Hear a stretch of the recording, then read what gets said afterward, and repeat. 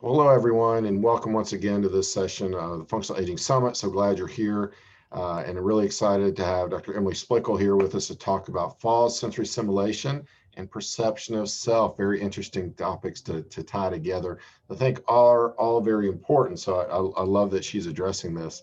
If you have not heard Dr. Splichal before, unfamiliar with her work, she runs the Evidence-Based Fitness Academy. She's probably one of the world's few, what do you call, podiatric fitness specialists, maybe, if you want to call it that. Yeah.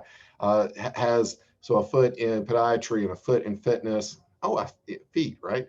Yeah, one in each of those. Very, very popular speaker as well. Has done a number of sessions for us in Naboso. She'll tell you more about her products that she's developing, which are really cutting edge and about to blow up big time, probably. So we're going to hear much more about her, I'm sure, just in the general media, more than likely. So really excited to have her with us. If you have not heard Dr. Splichal talk, let me say, hold on to your seats, because she knows her stuff. She knows her anatomy and physiology.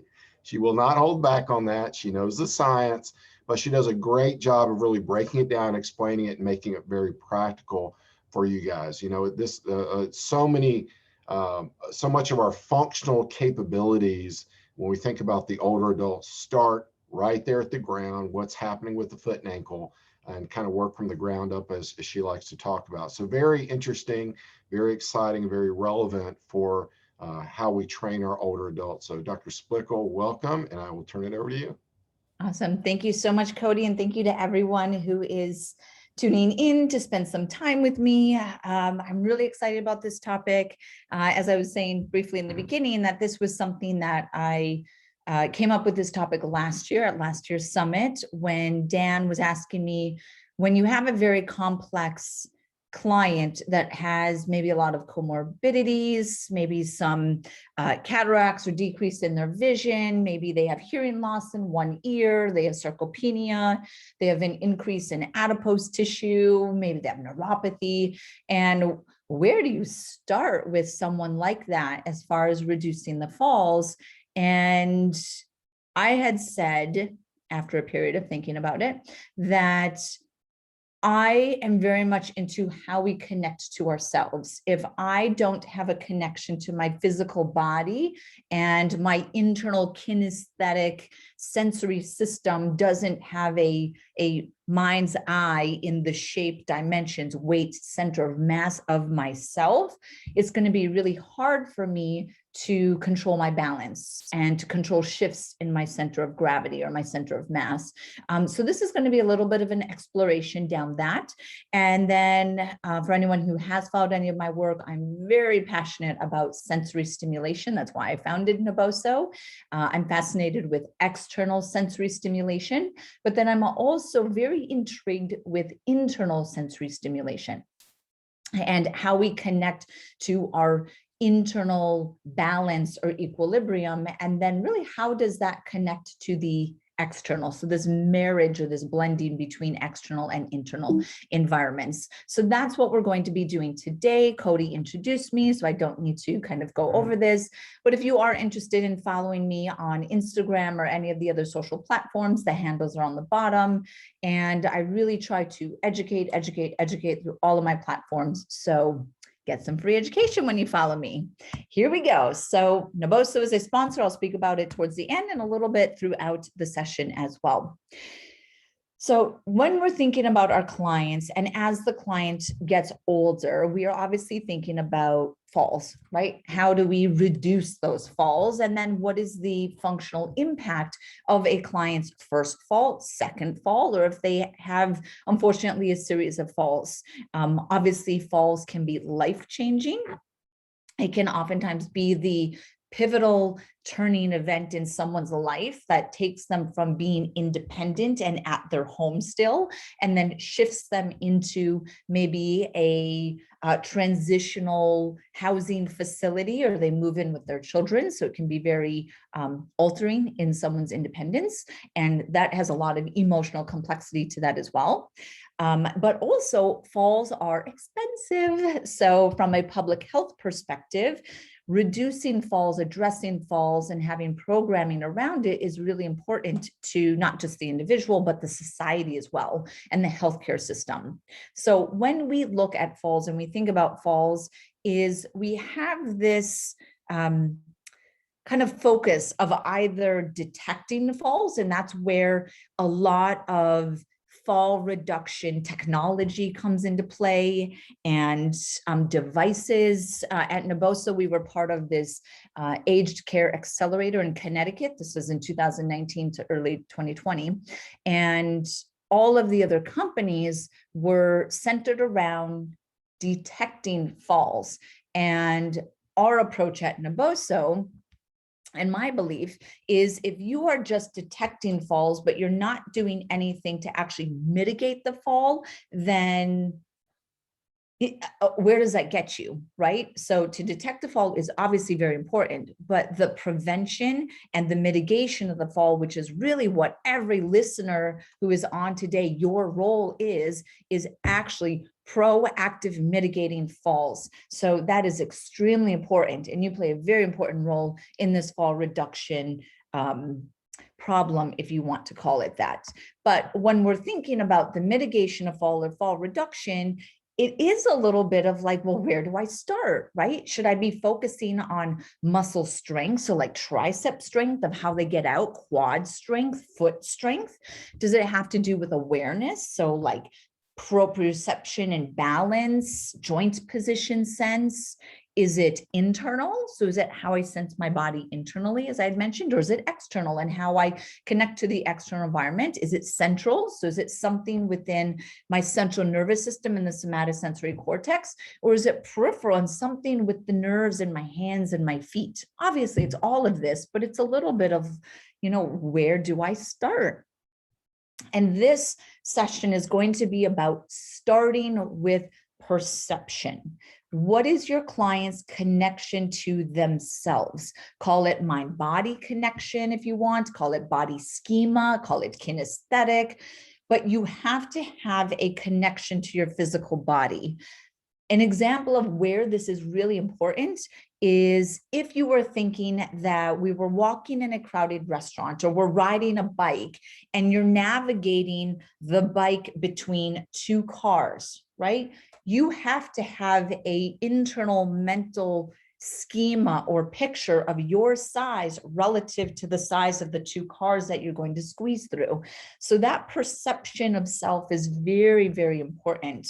Obviously, you can go much more complex with perception, and you could probably say that becomes a little bit more higher levels of consciousness.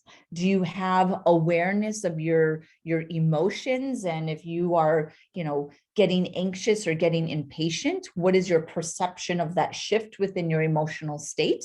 So it can become very complex, but regardless of how you look at that, is it a emotional regulation perception? Is it a physical kinesthetic shape of your body schema perception? All of those change with age. We start to lose the acuity of all aspects of self-perception.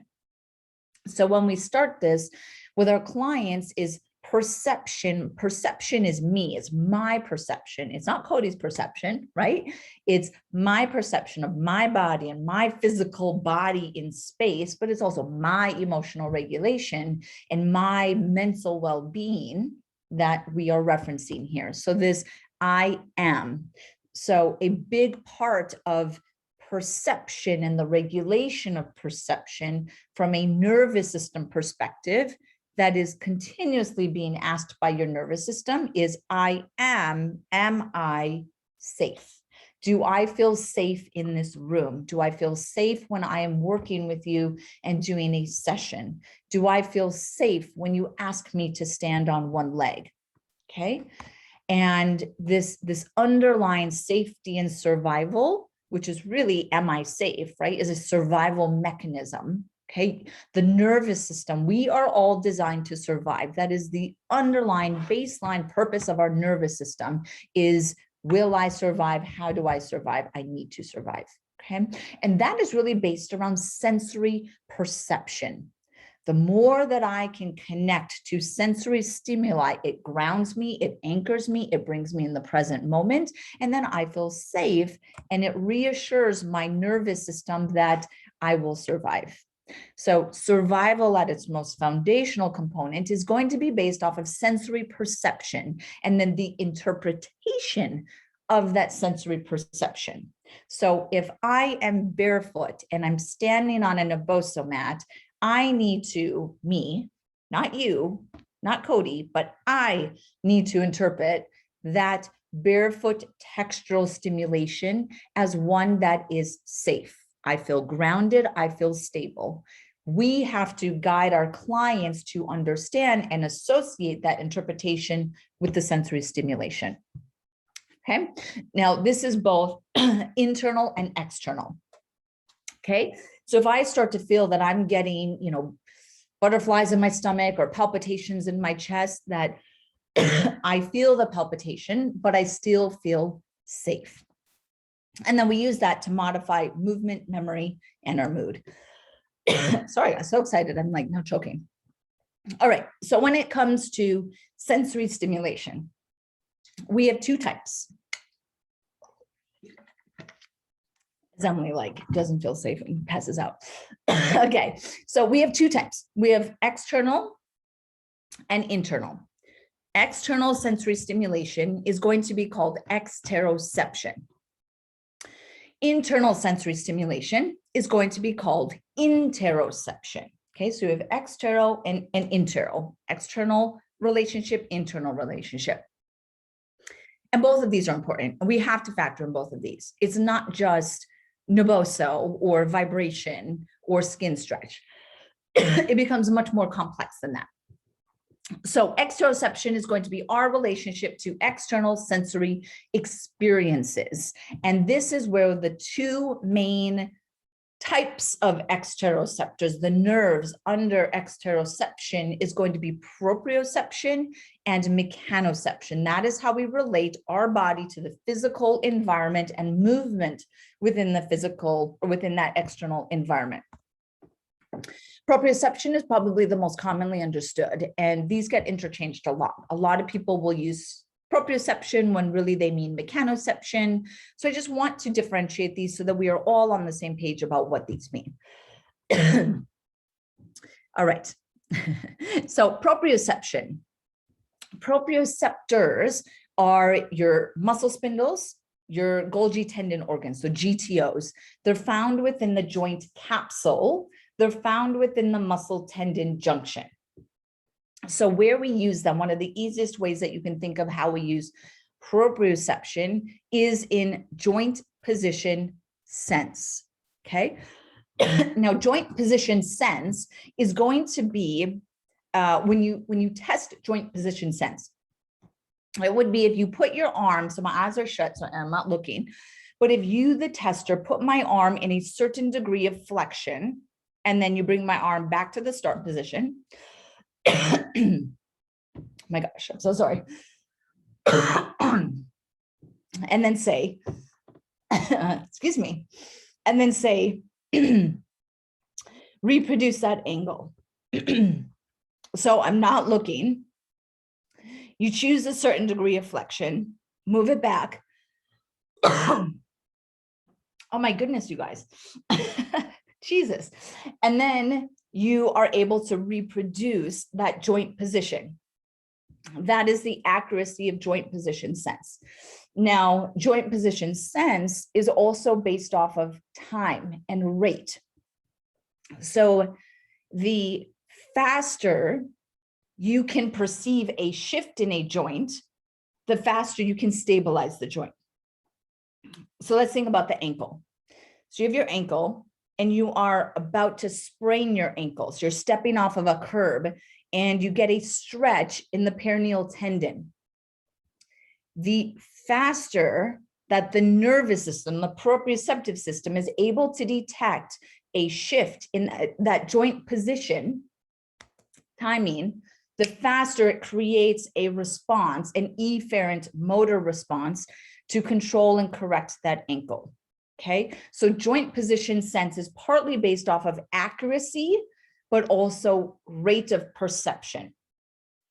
So when you are training your clients to maintain or have an accurate joint position sense so that they do not fall, remember that it's based off of both of those. So you want to make sure that you are perturbing them. You're not doing just predictable shifts in the joint position. It has to be a little bit of reactionary and anticipatory in what you're doing. Okay, wobble boards are an example of what trains joint position sense. Now, outside of joint position sense, we already have kinesthesia. Kinesthetic is how your body is moving. That's why I was saying that we're on a bike and we're moving through something. We have to have a relationship of our body as it moves, the physical being. We obviously have tension, which is force. And then we have sense of change, which is the velocity. So all of these are proprioception responses. Now, proprioception, muscle spindles, joint capsules, your myofascial web is different than mechanoception. Mechanoception is tactile and haptic. And for anyone who follows my work, knows that I love mechanoception. Naboso is mechanoception. Barefoot training is mechanoceptive. Okay. Mechanoceptors are they're listed here. They're based off of mechanical deformation. So we have Merkeldis, Griffinienses, Meissner's, Pacinian. Okay, so you can break them up into two main groups. You have slow adapting and fast adapting. And if you've heard this before, just test yourself that you should be able to recall this as I'm saying it. So slow adapting mechanoceptors on the bottom of your feet and the palm of your hand are continuously reading the environment. So if I'm holding my coffee and I'm speaking to you, the fact that I'm not dropping this while I'm thinking about talking to you is quite fascinating, right? That is based off of a continuous subconscious feeding of the mechanoceptors in my fingers to maintain sufficient pressure so that I do not drop the cup. Okay, those are slow adapting. Your fast adapting are responding to a stimulus and then they shut off. So if you think about the mechanoceptors in the feet, the ones that are reading the environment when you stand in one place, which is called quiet stance, are the slow adapting. As soon as you start moving and you're walking or you're running, the fast adapting respond to foot strike and then turn off. And then they respond again on the next foot strike. So that's going to help you understand the different stimuli and how you could integrate this for your clients. So the stimuli that is slow adapting is 2-point discrimination. That's what Naboso is. 2-point discrimination. That's what Braille is. That subtlety in texture or acuity to differentiate different points is a slow adapting response. Skin stretch is a slow adapting response. Think kinesiology tape or athletic tape. And then we have vibration as fast adapting. So you strike the ground, you get impact forces. Impact forces are vibration. So it responds, it shuts off. It responds, it shuts off. Okay. So it's important to understand those different types of nerves and the stimuli that it responds to. Okay. Now, how can we enhance? So your goal is that you want the nervous system to win. That's the way that I look at it. Okay. Now I refer to this as stacking. So I want to up-regulate the sensory exteroceptive system so that my somatosensory cortex gets up-regulated, right? Again, I want the nervous system to win. Now you want to enhance that exteroception through several ways. Remember, the whole purpose is that your clients can feel themselves. And when they feel themselves, they feel safe. Okay. So compressive apparel, compression leggings, compression sleeves on the arm, compression socks, something that is hugging the nervous system and stimulating the proprioceptors helps you to feel yourself.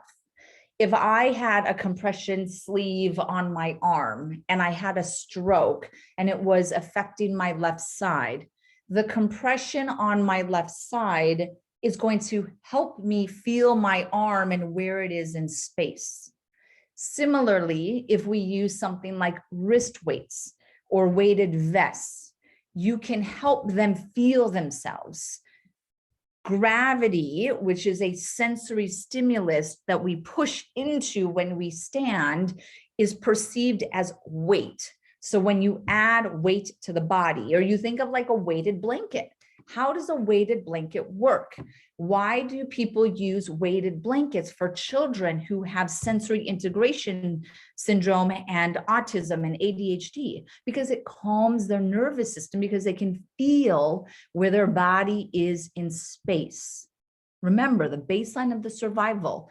I think thinking about children and some of these OT-PT sensory therapy modalities are very powerful for how we could integrate those into our older clients who are a fall risk, right? Because it's the same thing. So wrist weights, right? I'm going to feel where my arm is when I reach out to grab something off the shelf, versus if you have a disconnect because of a neurological injury. Kinesiology tape or athletic tape is great to connect to the subconscious proprioceptive system and the fascial system, the subcutaneous fascial system. Be barefoot, getting out of your shoes. Be on a harder surface. Harder surfaces always stimulate the nervous system more than a soft surface. So if I was training a client, even via Zoom, and so we're in their home, right? And they're doing their exercises in their living room on this beautiful plush carpet, I would say, no, Jane or Mary or whoever, right? I want you to do this in your dining room where you have the hardwood floors and you're barefoot, so that we can increase and upregulate the sensory stimulation from your feet. Again, I want your nervous system to win. And then put down an Naboso mat, and I just upregulated the SA1 Merkel disc to get more stimulation to the somatosensory cortex. Vibration, another great way. Be on a vibration platform. Hold a vibration ball like hypersphere. Be on a vibration roller, something like that. I will actually have a lot of my patients use a small massage device to mimic the vibration and have them stimulate. I actually had a patient who had a knee replacement, and she was 6 months out, but she was still having numbness around the knee, and that can persist for a while. So I told her to get a handheld massager and vibrate the entire capsule of her knee and down the incision to start to talk to these nerves to help them kind of wake up and connect a little bit more, right? So vibration doesn't just have to mean a vibration platform. It could mean vibration around a joint, vibrate around the ankle before you do balance exercises for a client. You could absolutely do that.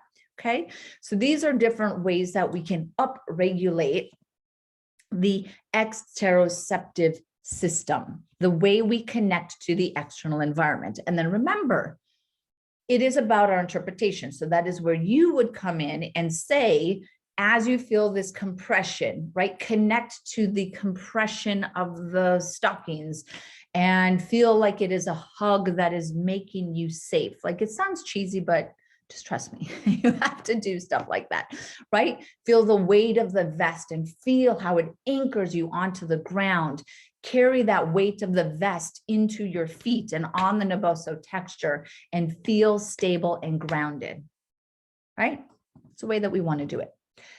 Now, on the other side, we have our internal environment. This is interoception, and this is how we connect to our internal sensory experiences. Okay, interoception, if you've never heard this word before, it is the sense of our internal state of our body, equilibrium, homeostasis. So all of those are kind of synergistic.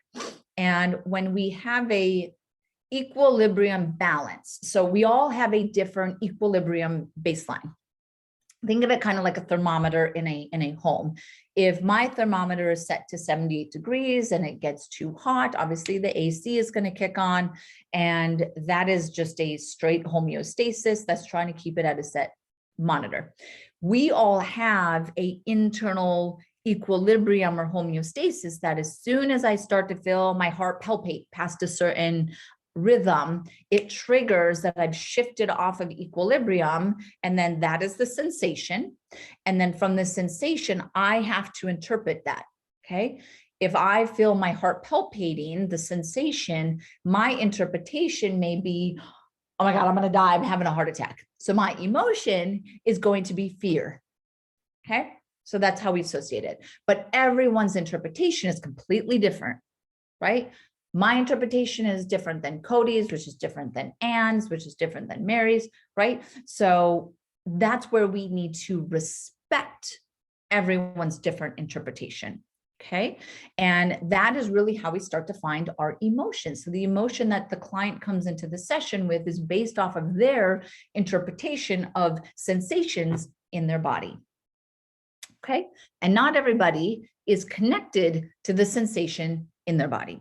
So where do we find interoceptors?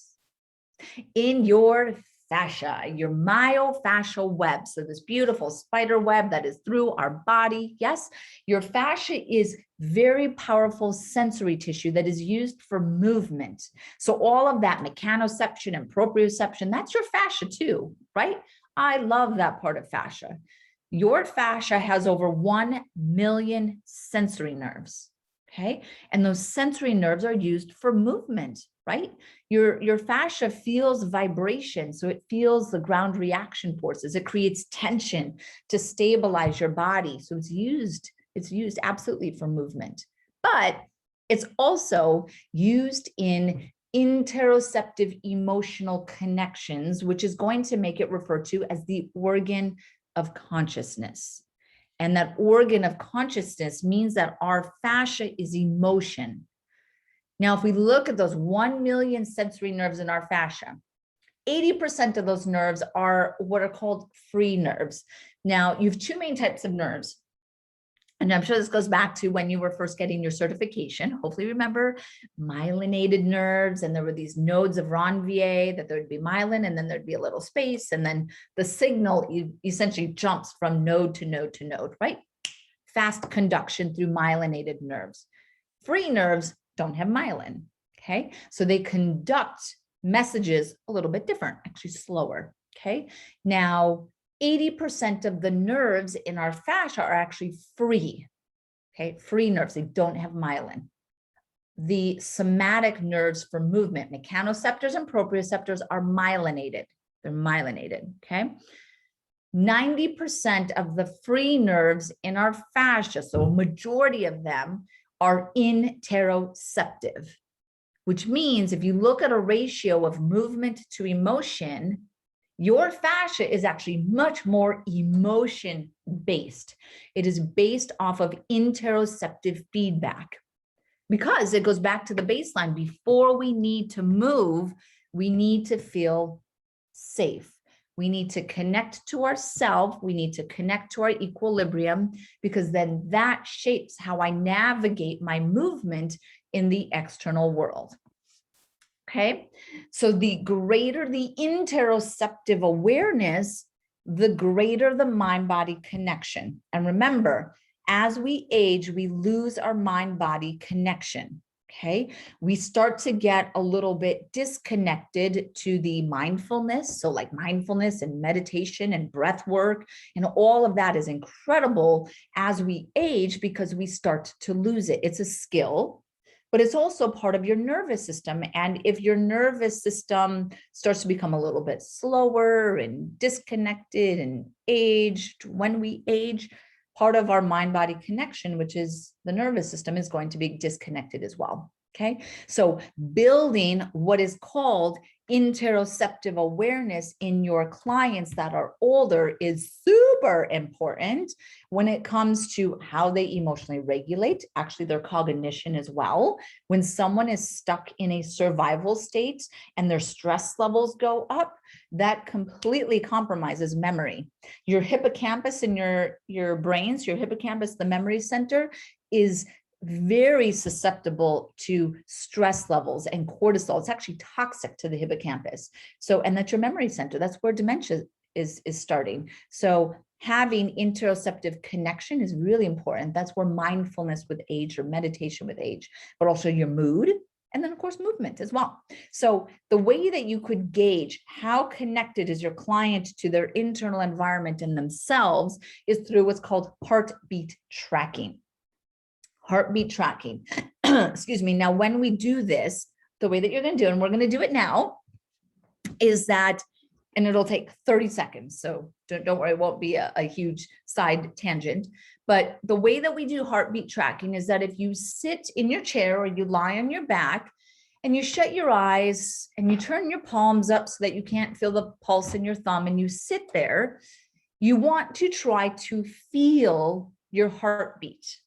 Okay. And what we're going to do is you're going to do that perception. You're going to shut your eyes and you're going to feel your heartbeat. And then I'm going to have you count it for 15 seconds. And then what we're going to do is we're going to stay exactly as we are. You're going to take one hand over to your radial pulse and you're going to count your actual heart rate. Okay. And then we compare. So we're comparing what you perceived, sensed of your heartbeat, and then compare it to your actual heartbeat. Okay. Woo, are you ready? So here we go. So I'm going to have you situate yourself and you are going to sit up in your chair, or you can lie on your back if you want, totally your choice.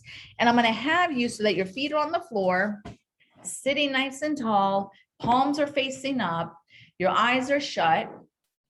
I will still stop talking in a second. And I want you to feel your heartbeat. And then in a moment, I'm going to have you count your heartbeat for 15 seconds. And then again, we'll go to our radial pulse and we'll count for 15 seconds. Here we go. I'm now quiet so you can find your heartbeat.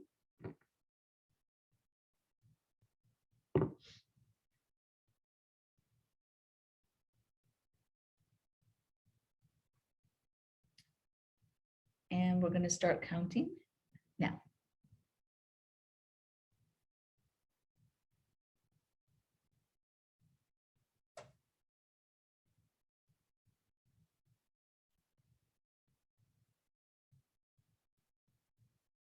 And stop. Great. Take one hand over to your radial pulse. Find your actual heartbeat. Eyes stay shut. Breath stays relaxed. We're going to start counting now.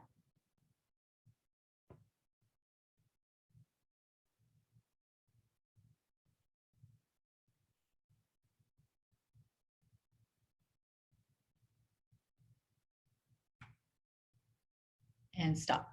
Great. Okay, so now what you want to do is you have two numbers, right? You had the perception, you had the reality. So what you want to do is take the lowest number, divide by the highest number. Let's say I perceived 12 heartbeats, and then my actual pulse was 14 within this 15-second count, okay? If I divide 12 by 14, let's say that's 87% accuracy. When you look at the research of interoceptive awareness, is anything that is 80% or higher is going to be a strong interoceptive connection. Anything that is 60% or lower is going to be a low interoceptive connection. Okay, so those would be the clients that you want to strengthen their mind-body interoceptive connection. Now, heartbeat tracking in itself is a great drill or exercise to do to improve someone's connection to self. So it doesn't have to be breath work. It doesn't have to be meditation. You could just have them sit there and say, every night before you go to bed, I'm going to have you lay there as you're falling asleep. And I want you to sense your heartbeat. And you're going to do this for, 5 minutes as you're relaxing or something. Or if you teach yoga at the end, when they're in savasana, you can have people sense and connect to their heartbeat. When you look at heartbeat tracking as a exercise or an approach to build mind-body connection, is actually a really effective way to reduce anxiety, reduce PTSD symptoms, and to reduce depression. And there are some research studies that will actually show that doing it for 6 weeks, they were able to take people off of certain medications. So there is a powerful connection to obviously mind-body. Okay, so that's interoception. We did exteroception. Now, how are they going to connect to each other? So if we have a shift in our internal balance, which is our safety, does that impact our external balance, which is our fall risk? Absolutely, right? Now, everybody's fall experience is different.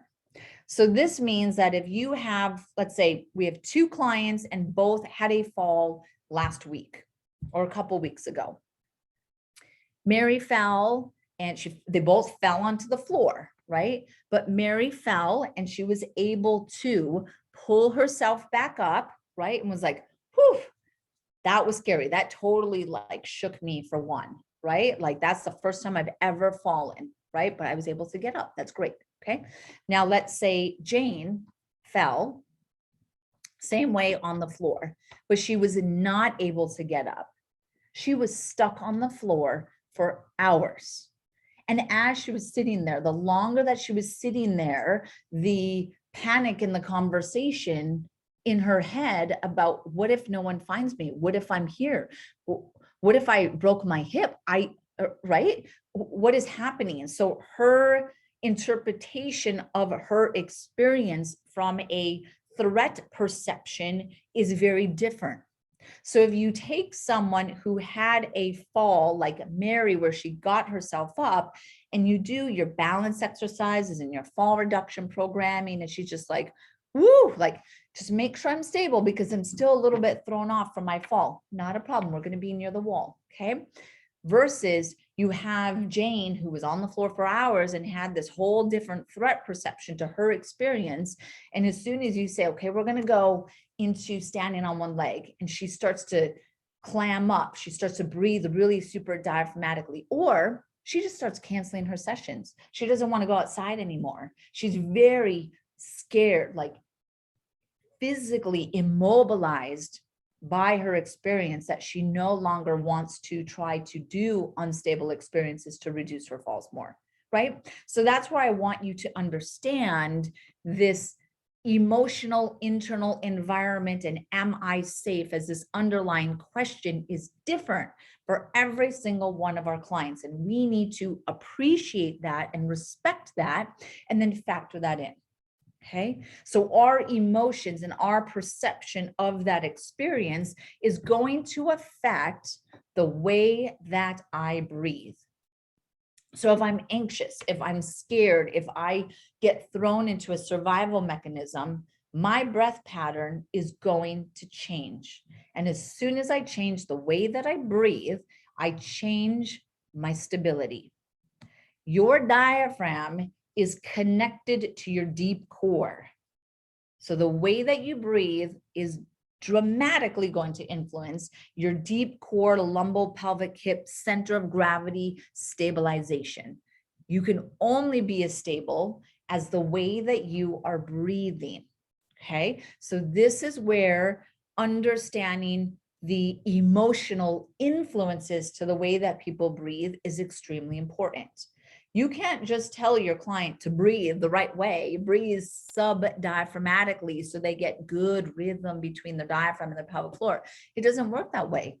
As soon as I leave the session with you and I do something and I kind of like, whoops, I have a little stumble, I'm going to switch into a survival breathing pattern and you won't even know it. And I'm not going to be stable. Okay. So this is really accessing and understanding fascially how our diaphragm and our pelvic floor connect to each other.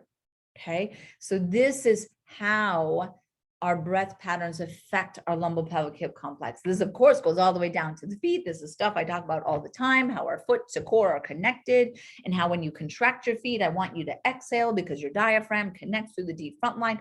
All of that is everything that I speak about. But for here, I just want you to appreciate that if a client is switching into a supradiaphragmatic survival accessory inefficient breathing pattern, they cannot be stable in the lumbopelvic hip complex. And if you're not stable in your lumbopelvic hip complex, you cannot stabilize that center of mass fast enough, right? And our goal with falls, everything about falls is about timing, right? I don't need you to just have strong glutes or strong ankles. I need you to have fast glutes and fast ankles, which means I need you to have fast pelvic floor, lumbopelvic hip stability, which means I need you to breathe the right way. Okay, so really, really important. Okay, this perception of threat, i.e., a fear of falling, which is individualized, can drive the client into a supra-diaphragmatic breathing pattern. Okay, so we need to reassure that the environment and themselves are safe. And we can use sensory stimulation externally to bring them into an internal safety sensory perception. Okay, so this is called body-oriented therapy, body schema, body perception, ownership of self, many different ways that we can call it. Okay, but we need to help our clients connect externally, connect internally, and then kind of bridge them together so that we can reduce their falls. So if we take Jane, who had the longer, more threatening fall experience, when we see her in the session, if she's just like, no, please don't make me do instability training. I really don't. It just freaks me out. I already had that fall. She just kind of shuts down, right? Then we need to make her feel safe. And the way that we can help her feel safe is she needs to connect and ground herself externally. Okay, this is going to be through touch, tension, gravity, feel your body, feel confidence in your body, right? Getting her out of her shoes, her thick cushioned shoes. Oh my gosh, her socks that are all of this disconnect so that she can feel the ground, right? Get her on a Naboso mat. If she refuses to take off her shoes, put the Naboso insoles in her shoe, right? But you're also saying, feel the texture, feel the stability that comes from the texture. When you feel this texture or the hard surface, I want you to feel stable, anchored, and grounded. Even repeat after me, I am safe, right? Okay, so this is through all of our different products. And this is one of the greatest application of the Naboso products, is bringing targeted sensory stimulation to the hands and feet to help them connect to their physical body. Awareness is what we do at Naboso. It is foot awareness, it is body awareness, it is movement awareness, it is perception. Okay. Now, outside of barefoot and Naboso is muscle contractions. So contract your muscles, relax your muscles, right? Engage your quads, relax your quads, make a bicep, right? Holding something. So holding a weight. So when I carry something heavy, kind of like a weighted vest, right? Weight is gravity, weight, proprioceptive, I feel my body. So either put the weight on me or make me carry the weight. Okay, so if I'm going to do a balance exercise and I have a weight in my hand, that is going to help me feel more grounded. I would also say, the way that my mind thinks is I would take a weight like this and I would wrap Naboso material around it, and then I would squeeze it with my hand. So like, don't hold the weight, but like hold the weight, right? And that's going to stimulate the nervous system. And then water is a great way as well. Right? I know gravity is, water is not increasing gravity, but water is a great way to feel your body, move your arm in the water, feel the resistance, right? And they can just feel themselves. That's part of why when people have depression and anxiety and PTSD, that you are always saying you got to exercise. And part of it is, yes, you release endorphins, you get the heart rate moving, but just connecting to your body physically is a huge part of what that benefit is from an emotional, mental health regulation as well. Okay. Once we connect to the external, the tactile, the touch, the vibration, the weight, then you can start to weave in the internal. And internal is a little bit more vulnerable. Right? So to meditate, to sit in a quiet environment for certain personalities and trauma histories is very difficult, right? That is very vulnerable. It's kind of like you have to sit and pause and be quiet and look yourself in the mirror. And some people aren't ready for that. And if they've never done that and now they're 75 years old, they're probably like, why the hell would I do that now? Right? I made it all this time. No, I'm not doing that. That's too raw and deep for me. No problem. Guess what? We're just gonna go for a walk. Okay, walking meditation. Meditation doesn't have to be in a quiet room. You can have them concentrate on things. So doing something like stepping up on a step, bring all the sensory information in still, right? The texture, they're holding something, but they're stepping up on a step and you are bringing them into the present moment, having them step over different obstacles. It forces concentration. That is mindfulness, right? You don't even know it, but you are forcing them into a meditative state, which is great. Okay. Awareness of body. So how can we start to bridge the physical side, the external physical side with our internal side to then bridge it so they have this ownership of themselves? Okay. Now, to read more about this topic and how we can start to weave this topic with our clients, these are some of the top reads that I have within this space. So Dr. Bruce Lipton, Dr. Peter Levine, he wrote a book called Waking the Tiger, which is all about somatic experiencing and trauma and how we get kind of stuck in these fight or flight or immobilization experiences. And if we do not address them or release that energy effectively, it just kind of keeps circulating within our body. And that is not good. That's kind of just negative energy that has to be released, and it keeps us kind of stuck.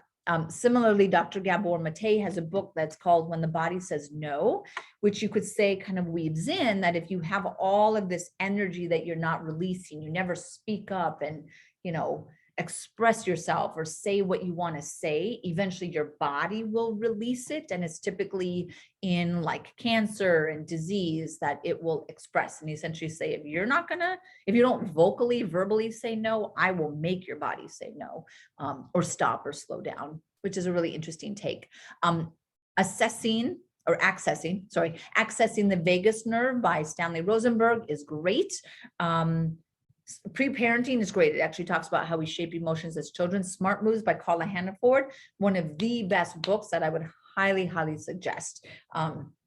And very much built around how sensory stimulation lays the foundation to brain development. It references children, but I truly believe in looking at developmental science and books, and then how you apply that to different phases in adulthood. That's actually, I look at a lot of stuff in my work is about fetal development, newborn children development from a nervous system perspective. And then on the other spectrum, which is, well, what happens as we get older or we have a stroke? And then how can we use these concepts over here as well?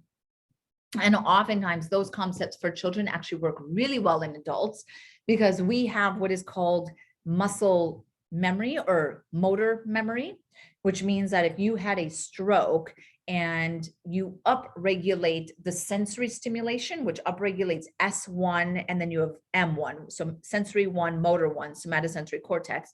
If you turn up and stimulate S1, it will activate M1 in a motor memory way. So these synapses are there, which is how you can get really incredible movement gains in someone who has had a stroke or a spinal cord injury. And it's because of that sensory stimulation needs to be upregulated. And then somatics is a really good one with Thomas Hanna. Now, I'm just going to briefly mention Nabosa, but before I do, and as you guys kind of think of any questions that you have, there's one more concept that I want to weave into this when it comes to sensory stimulation and how you optimize movement is, so I was saying that you want to bring in sensory stimulation to help the nervous system win. Okay. That should be your step one. Right? So taking a client and throwing them on a wobble board, a BOSU, a Dynadisc, something that is unstable, what you are doing is you are essentially taking away one of their or two of their input systems. If they're on shoes on an unstable surface, you've kind of taken away proprioceptive and mechanoceptive. So when you take those away, you force the nervous system to upregulate the other input systems on how we maintain balance, which is visual and vestibular. But if someone has hearing loss in one ear, has, impaired vision, and you take away tactile from them also, this is referred to as sensory conflict. So sensory conflict is a way to challenge someone's strategy to maintain balance, but they have to have the sufficient ability to upregulate these other input systems. Otherwise, you are compounding sensory conflict, okay? Which means that nervous system cannot win. You are continuously throwing off their balance in a way that they can't find a strategy, and you are going to throw them into a survival mechanism because they're so scared of falling, okay? And that's not what we want to do, right? Because then they stop breathing the right way and they go super diaphragmatic, and now their pelvic floor is not stable, right? So first is upregulate all of the input systems that you can access to teach the nervous system how to win or how to find strategies to maintain sufficient balance. Then you could start, if they have the mechanism, that you can start to create conflict. So you could say, well, they have sufficient vestibular and they don't have any vision loss. They don't have neuropathy. So I'm going to put them on an Eric's pad. And I'm going to teach their nervous system to find a strategy to maintain balance on this unstable surface of an Eric's pad. They will most likely upregulate the visual system. Okay. But like I said, they have to have the ability to upregulate those other input systems. Okay. Then you can start to play with the other ones. You can do eye movement exercises to throw off the balance and force an upregulation of tactile because they're barefoot standing on a Naboso mat. Right. So that's how I encourage you to play with external. And then as you're doing that and you're creating sensory conflict to force strategies to maintain balance, you want to make sure that you are continuing to breathe the right way and reassuring them that they are safe as they do this. You don't want to throw them into like don't hold your breath when I ask you to shut your eyes or something like that. You need to find safety in that environment to allow the nervous system to find these other strategies. Okay. So first let the nervous system win. And then if they have sufficient sensory systems, you can create conflict. But if you are creating conflict and they don't have the ability to create a strategy, you're actually doing them more harm than good. Okay. Now just real quick with Naboso. Naboso is a sponsor of Functional Aging Summit. We're super appreciative of that. If you have not experienced Naboso yet, please do check it out. We have wholesale options where you can get our products up to 50% off. We also have affiliate, which means you can refer your clients to our sites. They get 10% off of their purchases and you get 10% off of sales. We have our flooring, we have mats, we have insoles, and we have the Neuro Ball. So I love to hold this in the hand. And then we have 2 new products that are coming out this year. One is happening this summer. It ties in with everything that I just said. I cannot disclose what it is just so I can keep the carrot hanging, but it is extremely in line with what I just said. And then we have another product that's coming out in the fall, and that one is incredible as well. That will help solve some of the, how do I wear socks with insoles question. So thank you all very much. And I will answer any questions that you have. I'll turn it back to Cody. Excellent. Well, thank you so much, Dr. Splichal. Really appreciate that. And you're really bugging me with this, not telling me what's happening. I know everyone is like, yeah, why would you do that? Come on, seriously, keep the mystery going. I like that. I like that a lot. So again, yeah, a lot of great information. And I gotta be honest, this has got to be maybe one of the most enlightening presentations related to falls that I've seen in a while, because of the integration of all these different concepts that you're bringing together. And I was just finding myself just sitting back, just processing, trying not to miss what you're saying next, because I was trying to, process it. So this is definitely presentation I want to go back and listen to again and chat with you about further, because I think you're definitely onto some solid things here. So we have one question that's come in, and so if you do have questions, please put it in the chat. But it's, when you say upregulate, are you suggesting that a particular system is the one that is in charge or most influential for the moment at hand?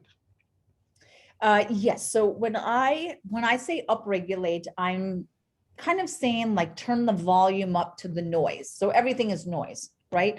Auditory, a vestibular stimuli is noise. Nervoso, barefoot, vibration. So an upregulation would be, I want to, you can think of it almost like a pie. And even though it's not evenly split, but you have your visual, vestibular, tactile, proprioceptive, and each of those are like a quarter of the pie. If I take away the visual part of it, because I have you shut your eyes, let's say, now you have the pie that needs to be taken up by those other three systems. So which system is going to take the 25% that the visual was using? And that's where, if I was barefoot on a nervoso mat, I would be helping the tactile piece of the pie upregulate to make up for the fact that we took away the visual. Mm-hmm. Mm-hmm. And that sensory input is so important. It's so critical. And it's something that we just don't, well, I'm going to say most people just don't train, right? They don't have any clue about how to access it. It's not even in their mind. But even when you think about that, the sensory systems and kind of upregulating, we also kind of use the word promoting, right? Mm-hmm. So if you think like you were talking about standing on some of the balance devices and how they're used ubiquitously, but people really aren't using them.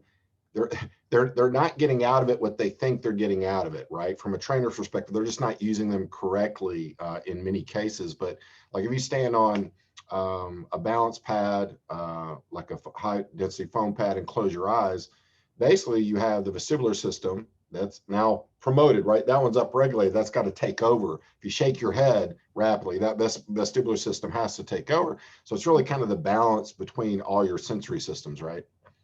Yeah. And, you know, you don't want people, I always share a really quick story as far as if you become too reliant on one input system, and let's say it's taken away, then you could find yourself, or the client could find themselves in a situation that is quite unnerving or damaging or contributing to a fall in some way. I'll give the story that there was a gentleman who relied so much on his visual because he had neuropathy and he was not training it. He was not using Nervoso at the time, and had hearing loss in one ear. And he was very, very reliant on his visual, and he was going for a walk, and then the sun had dropped. So like sunset dropped sooner than he anticipated, and he wasn't home, and it was dark. He had to crawl home. Oh, because as soon as, right. And it seems like, whoa, but you have to then connect, and he had to use tactile of the hands and to like feel, because he lost that heavy reliant on visual. And that's why I find that it's important that if you are going to create that sensory conflict, they have to have the ability to upregulate these other systems. If they have neuropathy and you're not turning the volume up to the sensory stimulation of the feet, you could be in a indirect way contributing to falls. So we want to always have a strategy behind what we're doing. Yeah, and that's why we often talk about visual dependence, because that's where most people are, is in visual dependency. Because with aging, we know the vestibular system starts to lose its capabilities, even if it's subclinical vestibular loss, it's hypofunction. But we see the same thing in the somatosensory systems and with the tactile senses of the foot, right? So the vision is almost kind of sandwiched between them. So people just have to become very visually reliant. Yep. Then they're in a situation they don't have that. Like, how do they respond? They can't operate in their environment. Yep, exactly. All right, so I've got a couple of questions that have come in while we've been chatting. So first one, any advice for working with a client with severe RA whose foot base is smaller and has trouble tightly gripping things? Yeah, so that's where I would then, I mean, not to keep pushing to Nervoso, but, you know, part of rheumatoid arthritis is that they get contractures of the digits and a deviation of the digits. So most like they're losing purchase of their digits on the ground, and your toes touching the ground is really important to balance. It's something I actually spoke about in my other session. So if you were not in my Every Foot Tells a Story, I referenced this, but purchase. So if you take away purchase, we then have to bring some sort of stimuli to the rest of the foot to help them to feel where their weight is balanced. So that's what I would do. I would probably look at their footwear and make sure that the footwear doesn't have excess cushion in it. That's actually something they follow up on. They say that she has to wear super cushiony shoes so she can walk on hard surfaces. So she says our insole is the best idea. Yeah. So then I would, and that is because when you get deviation of the digits and they contract with rheumatoid arthritis, it's like walking on knuckles. Like it's really painful to the ball of the foot. So I completely understand that. So then that's why I would say, use Nemboso, release the feet, help them connect to the feet, but then also make sure they have an awareness of their center. So their thoracolumbar fascia and their center of mass. You need to make sure that they're connecting to that as well. Okay. So I've got another question. This might be only for a select few people, but can you talk a little bit about the opportunity to invest in Nemboso?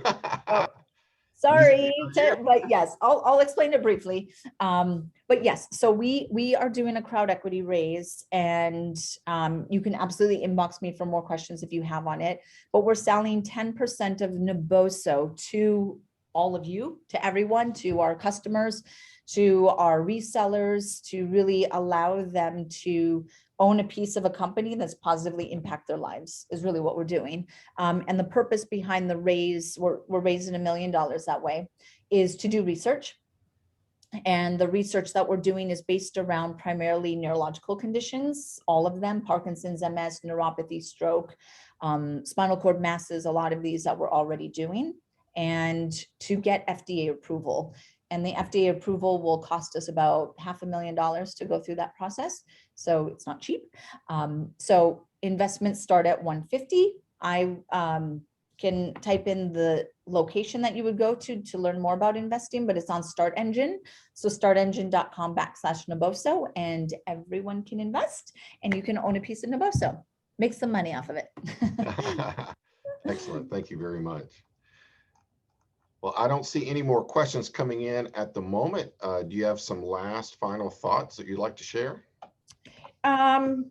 Yeah, so I would just say, like, maybe let it percolate. People are probably just letting it process, is my guess, which is, I completely get it. It is something that I encourage you to explore more. We have, I now, this is my angle is connecting external and internal sensory, and how that affects clients of all ages, or patients, or pain, or whatever it is.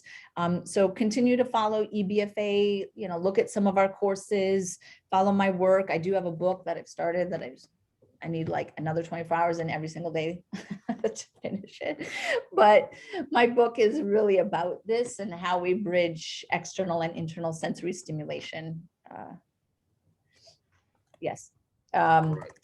Well, thank you so much. We really appreciate your expertise and sharing with us, and good seeing you again. Thank you, everybody, for being here.